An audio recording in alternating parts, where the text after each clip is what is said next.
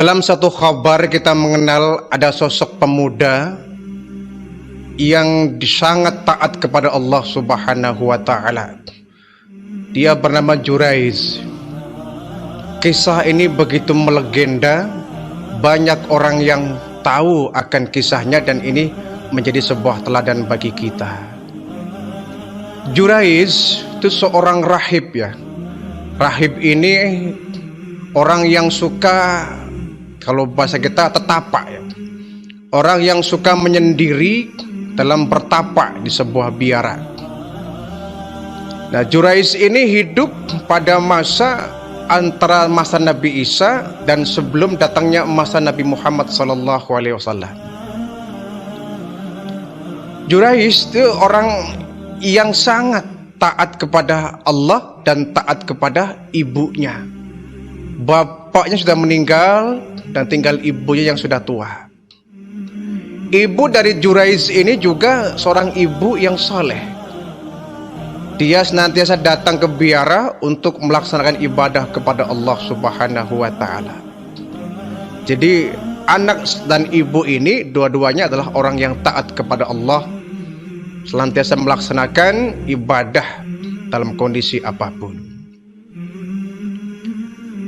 Satu hari ketika Juraiz ini sedang melaksanakan sholat, ya tentu sholatnya seperti sholat yang disyariatkan oleh Nabi Isa alaihissalam ya, bukan seperti syariat yang disampaikan oleh baginda Rasul. Walaupun isinya sama, tetapi tata caranya yang mungkin sedikit berbeda antara ibadahnya kita umatnya baginda Rasulullah dengan ibadah sholat umat-umat nabi-nabi yang lain. Tetapi inti syariatnya sama, mengesahkan Allah Subhanahu wa taala. Nah, ketika Juraiz ini sedang melaksanakan zikrullah, sedang melaksanakan sholat di sebuah biara, ibunya memang setiap hari dia rutin yang membawakan makanan. Memang Juraiz ini jarang pulang ya. Jarang pulang ke rumah, dia sehari-hari ada di biara saja ya, untuk melaksanakan ibadah. Ibunya setiap saat dia membawa makanan, minuman untuk si Juraiz ini, anaknya. Nah, satu hari ketika sedang sholat Juraiz ini, tiba-tiba ibunya datang membawa makanan. Ibunya nggak tahu kalau Juraiz sedang melaksanakan sholat. Dari jauh dia teriak, "Juraiz, ini ibu nak." Juraiz nggak menjawab ya. Kemudian dia sedang sholat, dia bimbang mendengar panggilan ibunya dari luar. Dia terkejut dan sangat bingung. Ya Allah, ibuku memanggil. Aku sedang melaksanakan sholat, tetapi sholat sunnah. Sementara ibuku memanggil, memenuhi panggilan orang tua adalah wajib. Ya Allah, pilih yang mana? Ummi am sholati? Sholat aku teruskan, apa panggilan ibu yang saya jawab? Kalau saya teruskan ini sholat, artinya saya nggak memenuhi panggilan sang ibu. Kalau panggilan ibu yang saya jawab, artinya saya harus membatalkan sholat saya. Ya Allah, pilih yang mana? Bimbang dia. Yang kedua kalinya ibunya teriak, "Juraiz, ta'ali. Juraiz, kesini." Makin bimbang ini Juraiz. Ya Allah, bagaimana ini ya Allah? Aku sedang sholat, ibuku memanggil. Haruskah saya membatalkan sholatnya, memenuhi panggilan ibu saya? Atau saya teruskan sholat ini dan saya abaikan panggilan ibu saya? Bimbang dia. Ya padahal sih ini kalau cara kita mungkin gampang saja solusinya ya. Memang panggilan orang tua itu kan wajib, sementara dia sholatnya sunnah. Dia kan bisa membatalkan dulu sholatnya. Kalau memang orang tua kita urgent, orang tua kita perlu dengan kita hal yang penting, kita bisa sementara kita batalkan terlebih dahulu, kita penuhi panggilan orang tua. Apalagi sholatnya sholat sunnah ya, itu kalau pendapat kita. Yang ketiga kalinya ibunya manggil, "Juraiz, ta'ali. Juraiz, kesini, ini ibu nak yang manggil." Jurais bingung, akhirnya dalam kebingungannya dia ambil satu keputusan bahwa dia tetap melanjutkan sholatnya. Dia tidak memenuhi panggilan ibunya. Ketika Jurais sudah mengambil keputusan bahwa dia meneruskan sholatnya, panggilan ibunya nggak dia penuhi, maka sang ibu marah luar biasa ini. Ibunya marah dan merasa dilecehkan oleh anaknya. Ini namanya miscommunication ya. Komunikasi yang terputus ya, padahal gampang saja ketika dia selesai sholat dia klarifikasi bahwa saya sedang sholat. Ibunya kadung marah. Jurais keterlaluan, 3 kali dipanggil dia memenuhi panggilan saya. Ya Allah, saya sakit hati dengan anak saya Jurais. Dia sudah saya pelihara dari bayi, dari kecil sampai dewasa. Bahkan tiap hari saya bawakan makanan untuk dia. Tapi dia kali ini membuat saya sakit hati ya Allah. Dia nggak memenuhi panggilan saya. Ibunya marah luar biasa. Dan ibunya memang nggak tahu bahwa Jurais sedang melaksanakan sholat. Akhirnya karena kecewa dan marah, sang ibu mengeluarkan doa yang sangat buruk. Ini jangan ditiru ya. Orang tua nggak boleh mengeluarkan doa yang jelek untuk anaknya. Apa kata ibu dari Jurais ini? Ya Allah, dia sudah membuat saya sakit hati. Hukum dia ya Allah, pertemukan dia dengan seorang pelacur, pertemukan dia dengan orang jahat. Ini doa dari ibu Jurais ini.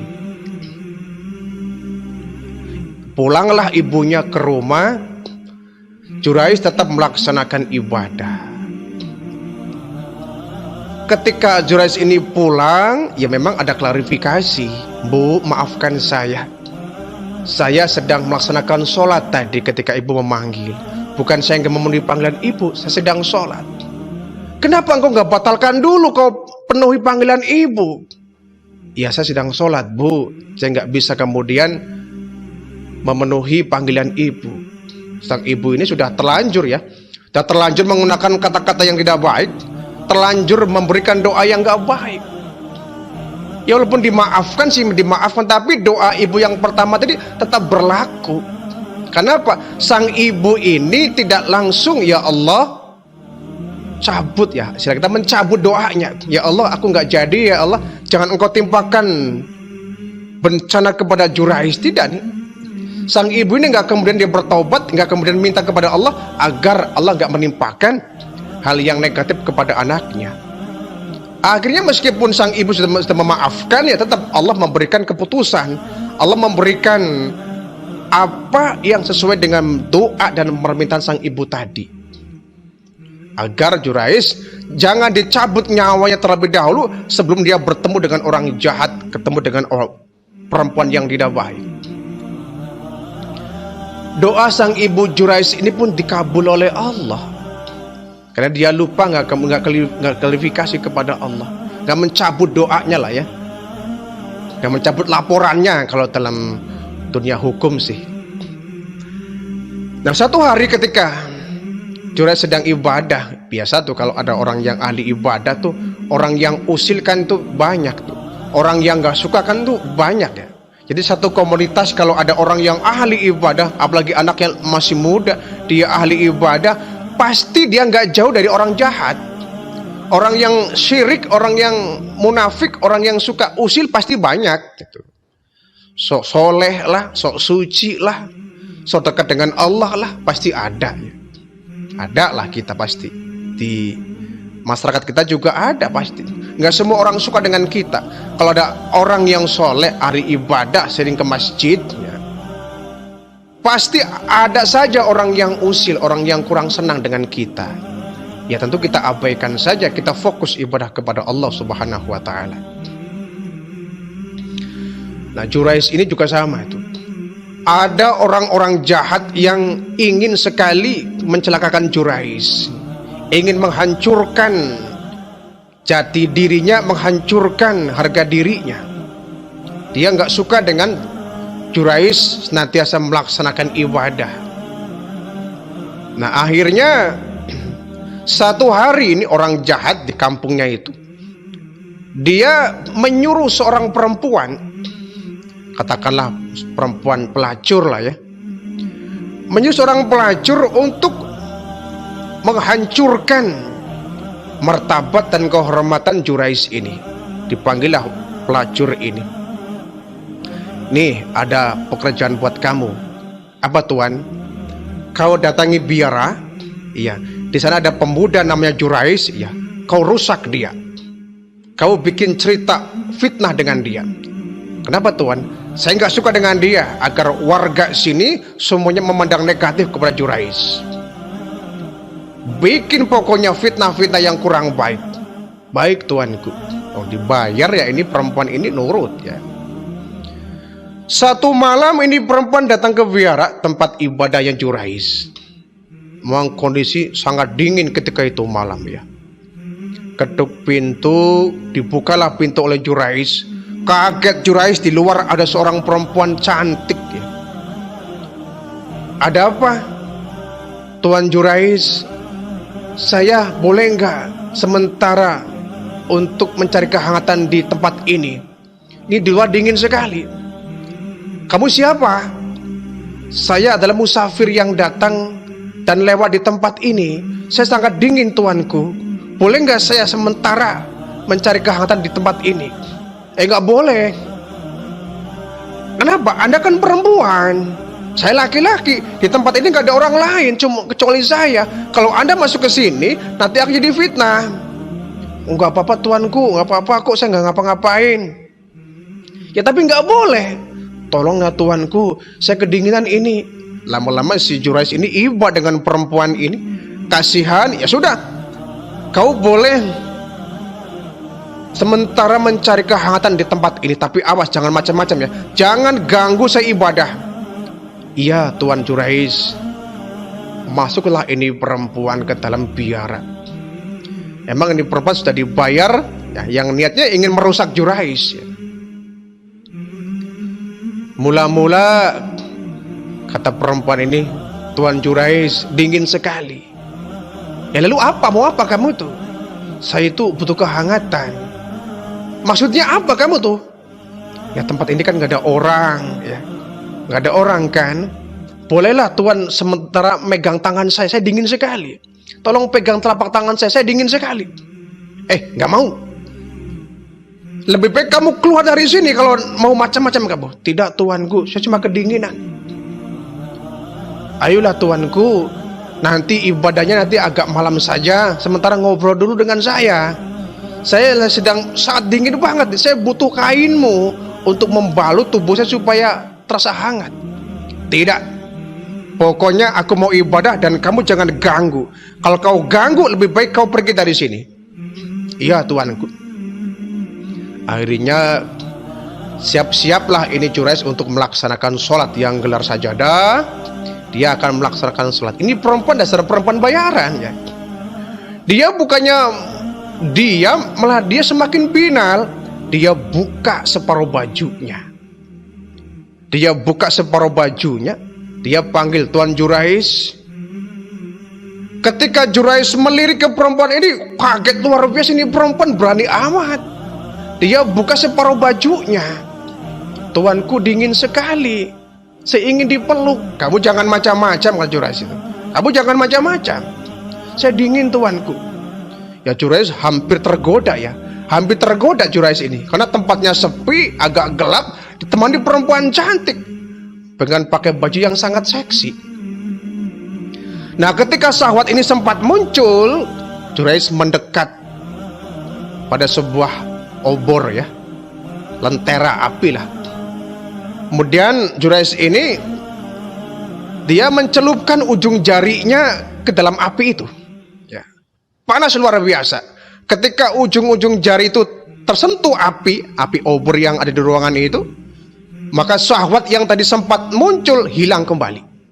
Hilang kembali. Ini cara yang unik dari seorang Jurais untuk mengendalikan hawa nafsunya itu.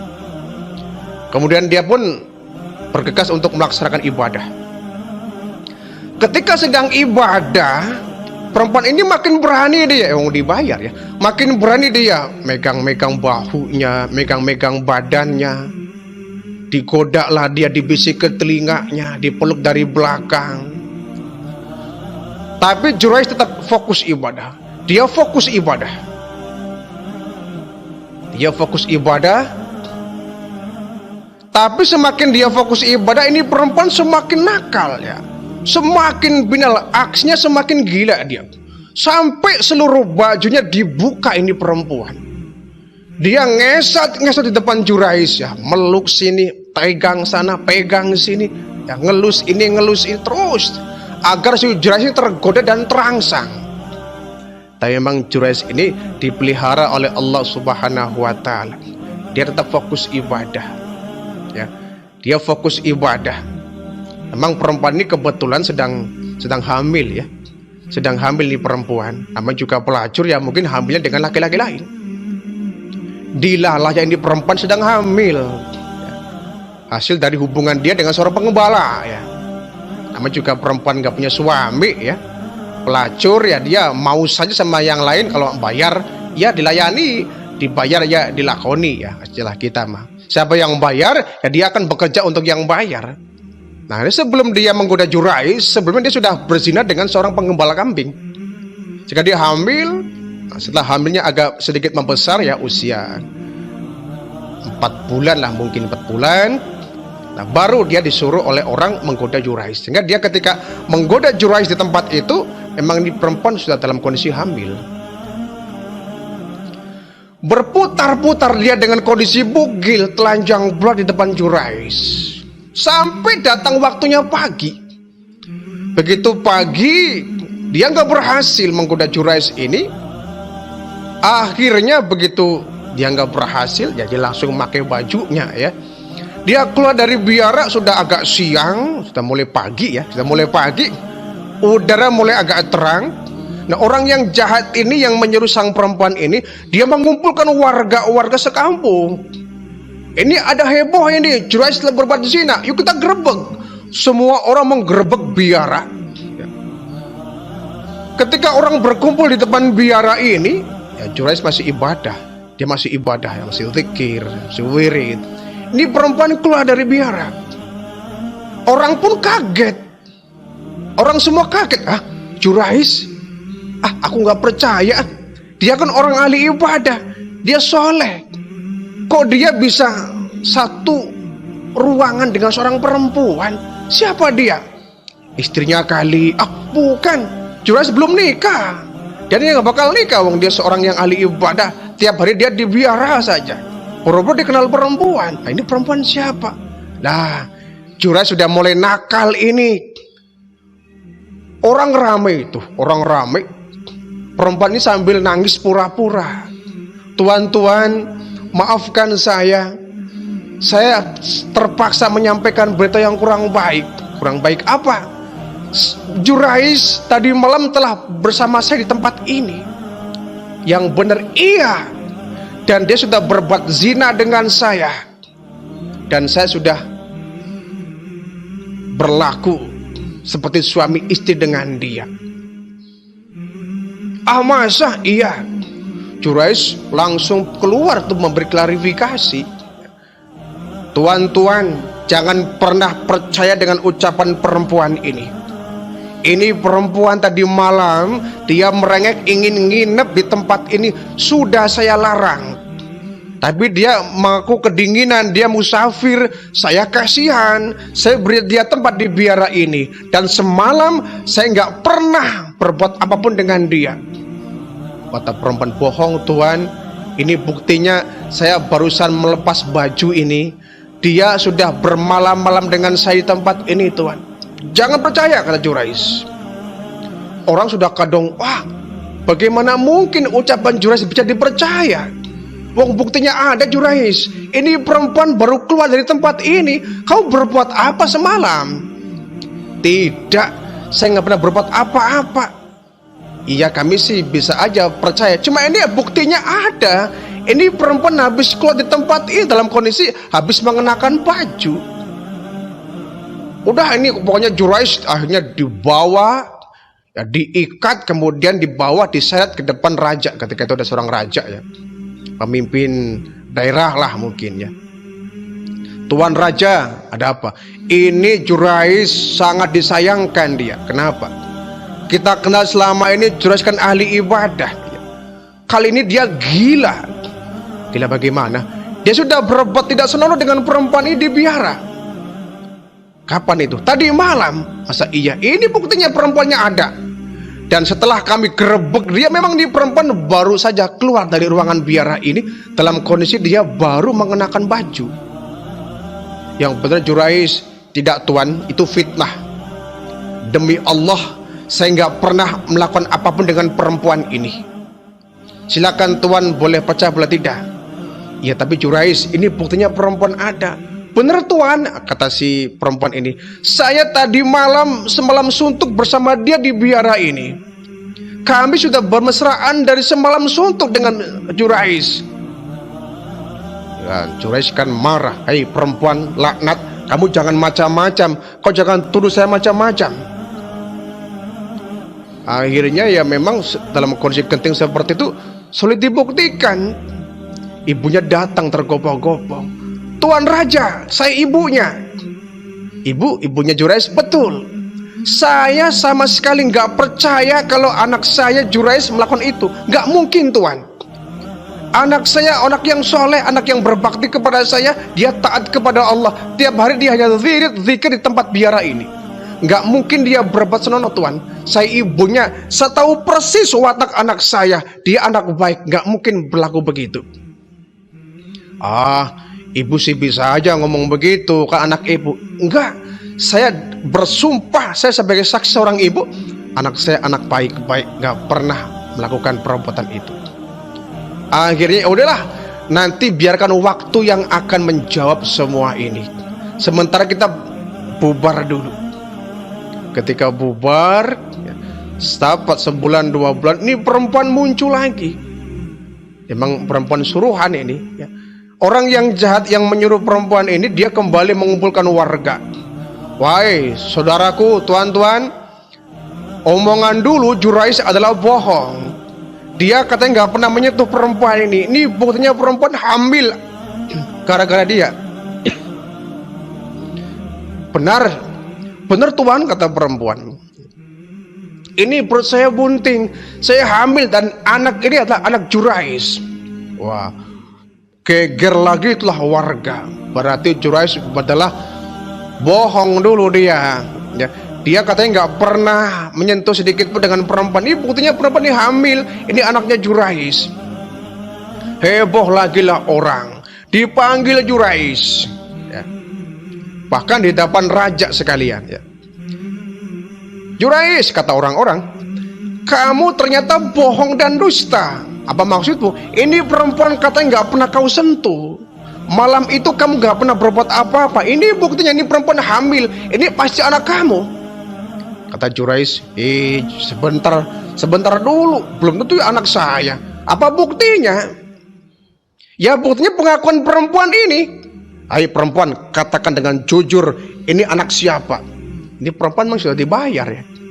Ini anakmu tuan Jurais, ini anakmu. Kau lupa dengan peristiwa itu? Kau lupa dengan malam itu? Wah ini orang semakin ramah. Dasar Jurais, sok suci, sok orang ahli ibadah, padahal rusak kamu itu. Sebentar ya. Kita tunggu ini sampai perempuan ini lahir.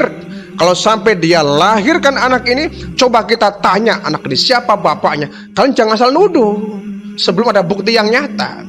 Ditunggulah ya. Singkat cerita, ditunggu sampai perempuan ini kemudian melahirkan. Usia 9 bulan, lahirlah anak ini. Orang kumpul lagi ya. Ketika bayi ini sudah merah ya, masih berlumur darah ya, masih nangis, kata Jurais, nih saksikan nih tuan-tuan semuanya, kita tanya ini bayi siapa bapaknya. Kemudian ini bayi ini ditekan perutnya oleh Jurais ya, ditekan, kemudian ditanya oleh Jurais, ya ghulam, qul man ababak. Hai bayi, katakan siapa bapakmu. Orang kan Jurais gila kali ya. Masa bayi ditanya gak bakal bisa jawab, pikir orang-orang. Tapi ternyata tidak. Kekuasaan Allah muncul di sana. Ketika ini bayi ditanya siapa bapaknya, ini bayi dengan fasih dia berkata, bapakku adalah seorang penggembala kambing di kampung sana. Bapakku adalah penggembala kambing di kampung sana. Ini bayi ngomong jelas dan fasih. Orang kaget. Apa iya? Kata Jurais, tuh, kamu dengar semuanya? Dengar semua kalian? Ini pengakuan bayi ini. Dia bukan anak saya, tapi bapaknya dia adalah tukang angon kambing di satu kampung. Jadi Tuhan sudah menuduh saya. Akhirnya mereka ya semuanya malu ya. Kata Jurais, hai perempuan, taubatlah kamu kepada Allah. Taubatlah kamu sebaik-baiknya taubat. Didik anakmu supaya menjadi anak yang soleh. Perempuan ini malu ya. Nangis dia, bersimpuh di depan Jurais. Tuan Jurais, saya minta maaf. Ya, saya maafkan kamu hai perempuan. Sekarang berhentilah kamu jadi perempuan binal. Taubatlah kamu kepada Allah. Jadilah kamu perempuan yang baik-baik, perempuan yang terhormat, dan anakmu ini didik dengan sebaik-baiknya. Akhirnya semua orang ya menyesal ya sudah menuduh Jurais dengan tuduhan yang tidak baik. Ini merupakan bentuk ya bahwa doa orang tua itu sangat manjur dan tajam. Maka sebagai orang tua ya, sebagai orang tua tatkala kita memiliki anak, umpama anak kita sulit untuk diatur, sulit untuk dinasehati, jangan pernah sebagai orang tua kita mengeluarkan kata-kata yang tidak baik akan anak ini. Kenapa? Ucapan kita akan menjadi kenyataan. Apalagi sampai kita bersumpah, mengeluarkan sumpah yang tidak baik terhadap anak kita. Jadi kalau kita kebetulan diamanati Allah seorang anak yang memang sulit diatur, anaknya bandel dan nakal, teruslah orang tua berusaha berikhtiar untuk memperbaiki, menasehati, membimbing. Jangan pernah kita mengeluarkan kata-kata yang tidak baik akan anak ini. Misalkan ada anak dinasihati, dia tetap membangkang. Kamu dinasihati tetap membangkang. Sok aja kalau kamu tetap nurut apa kata hatimu, silakan kau nggak bakal hidup berkah, kamu nggak bakal hidup bahagia itu. Nih orang tua kalau mengucapkan kata-kata seperti ini bisa saja menjadi kenyataan. Jadi kesimpulannya jangan sampai kita mengeluarkan kata yang tidak baik kepada anak-anak kita. Kalau kita sebagai seorang anak, jadilah kita anak yang soleh, anak yang berbakti kepada orang tuanya.